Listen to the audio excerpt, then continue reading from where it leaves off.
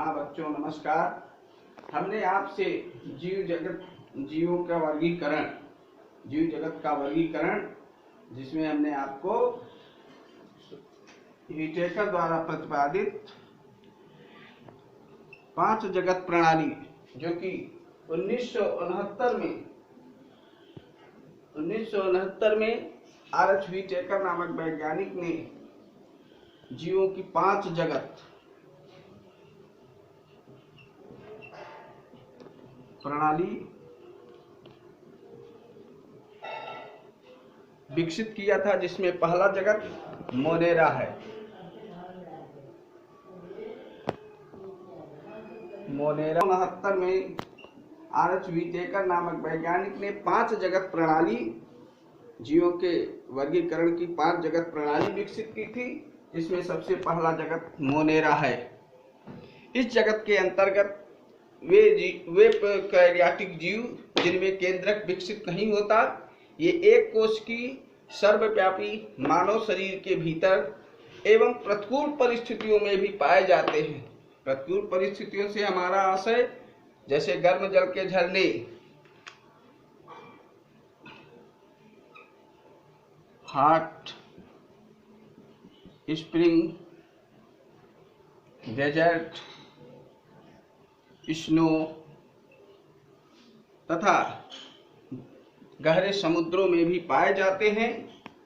अर्थात ये जीव सर्वव्यापी होते हैं। प्रोकैरियोटिक कोशिका वाले एक कोशिकीय जीव इस जगत के अंतर्गत रखे गए हैं। प्रोकैरियोटिक कोशिका से हमारा तात्पर्य ऐसे जीवों से है जिन जीवों के कोशिका में केंद्रक अस्पष्ट होता है, अर्थात केंद्रक झिल्ली से घिरा नहीं होता। कोशिका द्रव्य में केंद्रक बिखरा होता है। इसके अंतर्गत आर्कीबैक्टीरिया, बैक्टीरिया, साइनोबैक्टीरिया तथा माइकोप्लाज्मा आपके एनसीईआरटी में दिया गया है।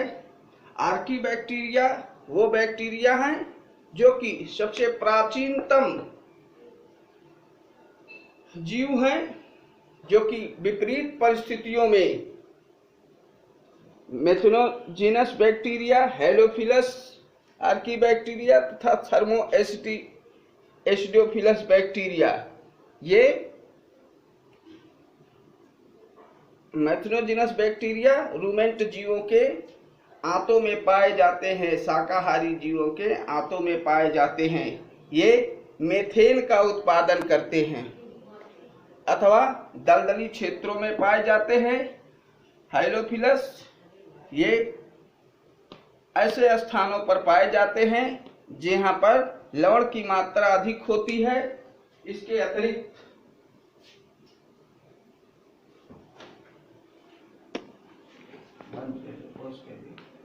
बैक्टीरिया शाकाहारी जंतुओं के आमाशय में, जैसे गाय भैंस के रूमेन में पाए जाते हैं, जो कि मेथेन का उत्पादन करते हैं,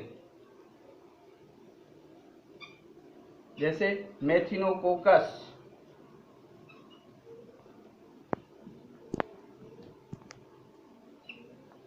हाइलोफिलस बैक्टीरिया वो बैक्टीरिया हैं जो कि अर्धलवणीय जलों में,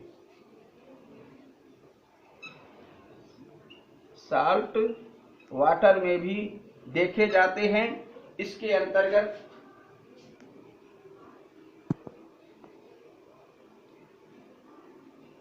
हेलोकोकस,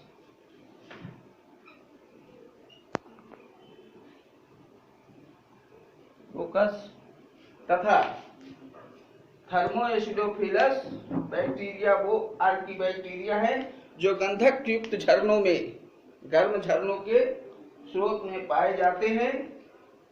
ये सभी रसायन संश्लेषी होते हैं। रसायन संश्लेषी का आशय है कि ये अपना भोजन रासायनिक पदार्थों से प्राप्त करते हैं। उसके बाद सत्य बैक्टीरिया या ट्रू बैक्टीरिया,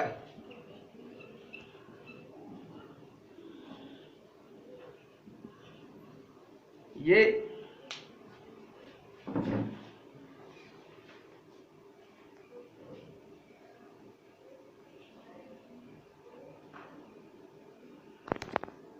सर्वव्यापी, शरीर के भीतर बाहर जल थल वायु प्रतिकूल परिस्थितियों में भी पाए जाते हैं।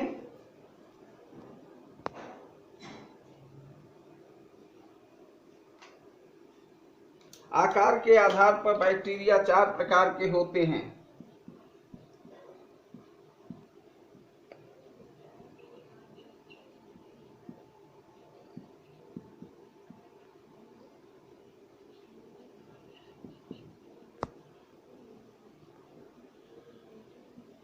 बैसिलस,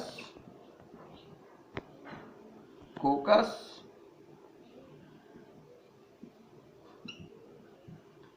स्पाइरल, कामासेप। बैसिलस अर्थात दंड के समान। कोकस मतलब पर बैक्टीरिया 4 प्रकार के माने दिखाई पड़ते हैं। बैसिलस ये डंडे के आकार के होते हैं। जब ये एक साथ 2 होते हैं, 2 के समूहों में जोड़ों में होते हैं तो इनको डिप्लोबैसिलस, और जब उससे अधिक होते हैं तो स्ट्रेप्टोबैसिलस कहते हैं।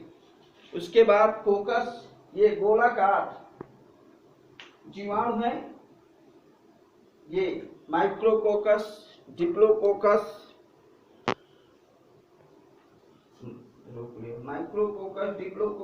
स्ट्रेप्टोकोकाई, टेट्राइड आदि संरचना में पाए जाते हैं। उसके बाद स्पाइरल, ये रस्सी के आकार के होते हैं।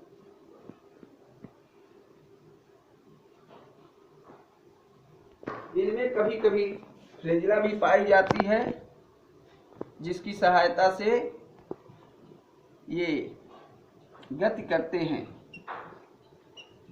कामासेप, जैसे हम कामा लगाते हैं उसी प्रकार के बैसिलस एक जीवाणु कामासेप जीवाणु कहलाते हैं।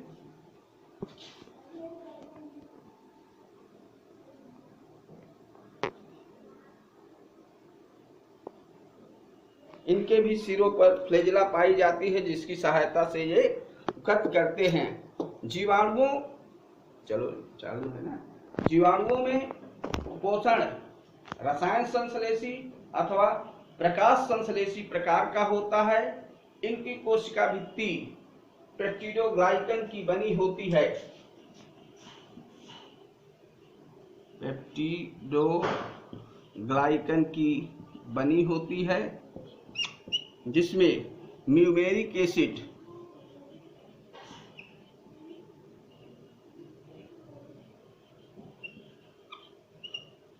पाया जाता है, जिससे कि ये अत्यंत कठोर होते हैं। ग्राम नामक वैज्ञानिक ने अभिरंजन के आधार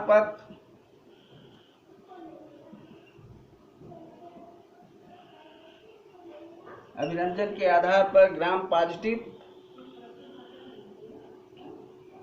पॉजिटिव तथा ग्राम निगेटिव प्रकार के जीवाणुओं को बताया था।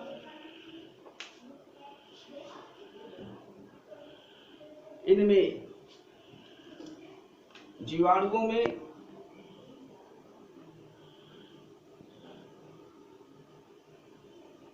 अलैंगिक जनन,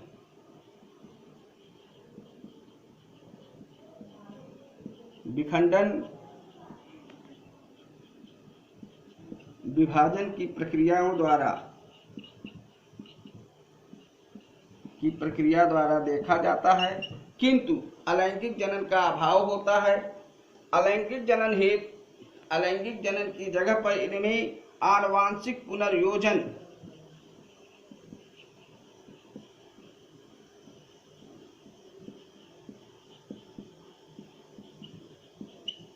जेनेटिक रिकम्बिनेशन की प्रक्रिया देखी जाती है। यह 3 प्रकार से होता है: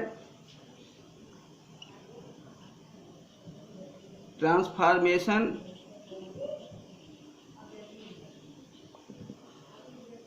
ट्रांसडक्शन,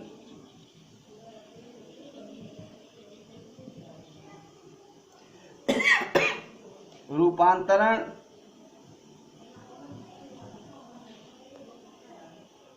पारक्रमण, तीसरा है कंजुगेशन,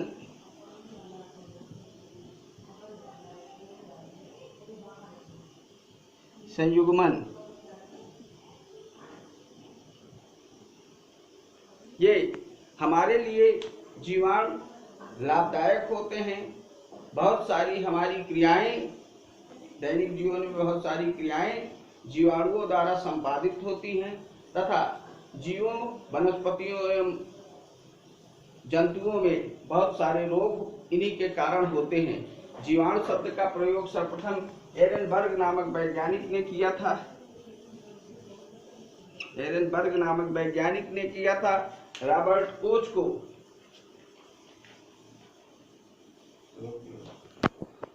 वैज्ञानिक को ल्यूवेनहुक नामक वैज्ञानिक को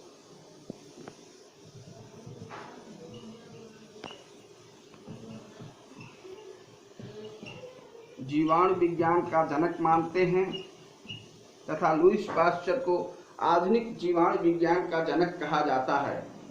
रॉबर्ट कोच ने रोगों का जीवाणु मत प्रतिपादित किया था। जीव विज्ञान की वह शाखा जिसमें जीवाणुओं के कार्य की वृद्धि, विकास, संरचना आदि का अध्ययन करते हैं उसे जीवाणु विज्ञान या बायोलॉजी बैक्टीरियोलॉजी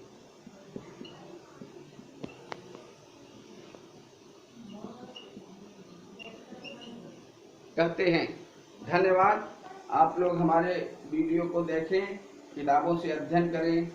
आगे हम साइनोबैक्टीरिया पर चर्चा करेंगे। धन्यवाद। नमस्कार।